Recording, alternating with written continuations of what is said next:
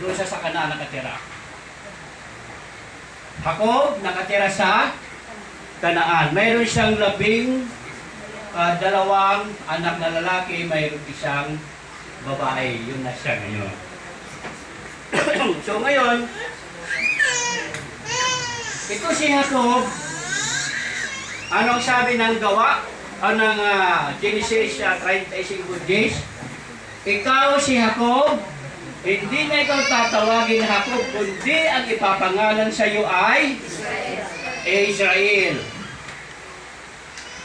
Kaya siya ay naging Israel. Na ito ngayon ay bansa na ng Israel. Okay? So ngayon, nung nawala si Jacob, dahil itong itong Israel na ito, na bansa, hinati ito sa 12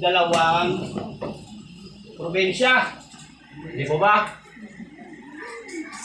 12 ka probinsya.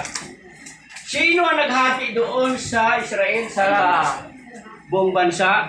Ang anak ni Jacob na 12, kaya nahati siya sa 12 probinsya. Ngayon, nawala si Jacob sa Israel. Nandoon, naiwan ang kanyang mga anak. Kaya nahati siya sa 12 probinsya. At sa lugar ng Huda, doon lumabas ang Kristo. Di po ba? So ngayon, ang unang saksi dito si Jacob. Doon kay Huda na lumabas ang Kristo, naging saksi rin si Jesus. Ang sabi niya, yung sa Jeremias 3:17, ang Jerusalem ay tatawagin na luklukan ng Diyos. Pangalawang saksi si Jesus. Sa lumang Israel. So ngayon, sa panahon ni Jesus, ang espiritu ni Jacob lumipat kay Jesus. Ngayon, dahil wala na rin ang kanyang 12 anak doon, naging apostoles ni Jesus sa mga katawan tulad ng Pedro, Mateo, andun kay Andres, sino pang mga kasama niya doon? Nandun kay Juan, naging apostoles ni Jesus. So ngayon dito sa bagong Israel o bagong Jerusalem. Dito tayo sa bagong Israel.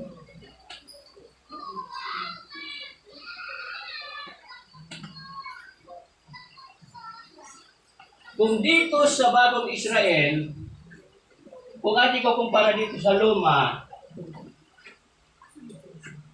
ay unang saksi si Jacob, pangalawang saksi si Jesus.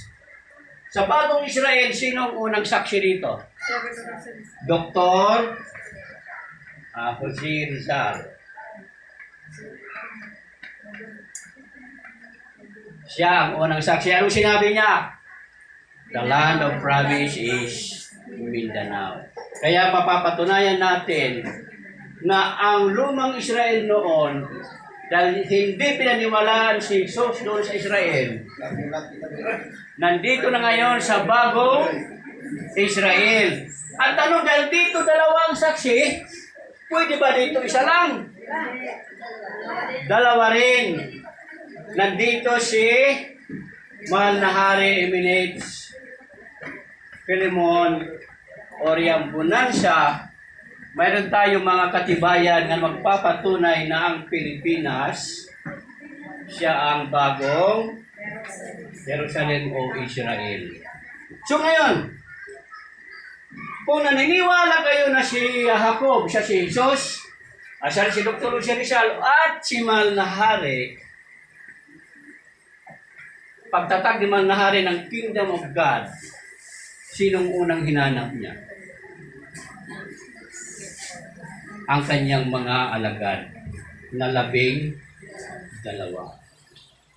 So ngayon, kasi yun ang espiritu dito sa anak niya kay Jacob na naging apostol ni Jesus, si Dr. Jose Rizal, mayroon din siyang 12 estudyante rito. Pag dating kay Manlahari, siya ang unang naghanap sa mga 12 mga apostoles na ito ngayon na ang kanyang mga anak sa unang panahon. Kaya nga, kung atin ito titingnan, hindi lingid sa ating kaalam na nung nagpahinga ang katawan ni Manlahari, maraming humuwalay sa atin. Hindi po ba? Nag-angkay na sila, ang totoo, pero hindi kami naimik yan, hindi kami nangialam yan. Kasi ang sabi nila, siya na daw ang tunay na anak. Kaya walang problema ka po yun. Kung kayo man ang tunay, ang lahat ng tao may karapatan mag-angkin. Pero ang lahat na nag-angkin, dadaan sa investigasyon kung gaano na. Di po ba? Kasi kung aangkinin nila, kung si Jacob, siya si Jesus, at siya rin si Manlahari, kung siya si Manlahari, siya si Jacob, sino ang unang hinanap niya? Mga apostoles. At sino naman ang naghati sa 12 region? Di ba? Napunta rin sa amin. Napakasimple lang sana. Pero bakit kung minsan hindi mawala ang tao na tayo ay mapaniwala? Kasi ang sabi sa Roma 10:17, ang paniniwala sa pamamagitan ng pakikinig. Di ba? Kaya yun ang nangyari, no?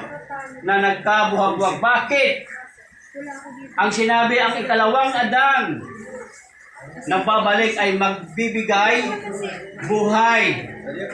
At siyempre, ang sabi niya ay magiging kaluluwa na magbibigay buhay. Kaya hindi po pwede si Manlahari mananatiling katawan.